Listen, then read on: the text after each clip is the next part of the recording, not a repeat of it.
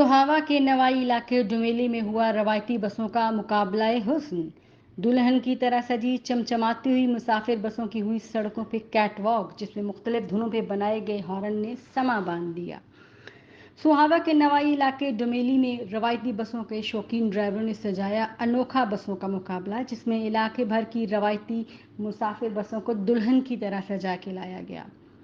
इन बसों को मकामी ज़बान में रॉकेट बस कहा जाता है, जो पुराने मॉडल के बेडफोर्ड ट्रक से बनाई जाती हैं। इन बसों को दुल्हन से भी ज़्यादा बनाव सिंगार किया जाता है। कहा जाता है कि इन बसों को बनाने में इतना खर्च नहीं होता जितना इनके सिंगार पे अखराजात आते हैं।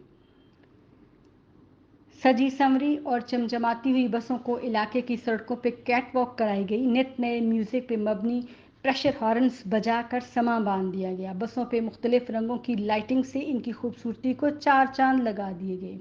ढोल की ताप पे रक्स करते हुए ड्राइवरों ने नोट भी निछावर किए। इलाके के लोगों ने बड़ी तादाद में इन बसों को देखने के लिए सड़कों पे उमड़ आई। आज के दौर में जहां मॉडर्न मुसाफिर बस सड़कों पर दौड़ती नजर आती हैं, वहीं चंद इलाकों में शौकीन हजरात ने इन रॉकेट बसों को अपनी असल हालत में रखते हुए सकाफती रवायत को जिंदा रखा हुआ है।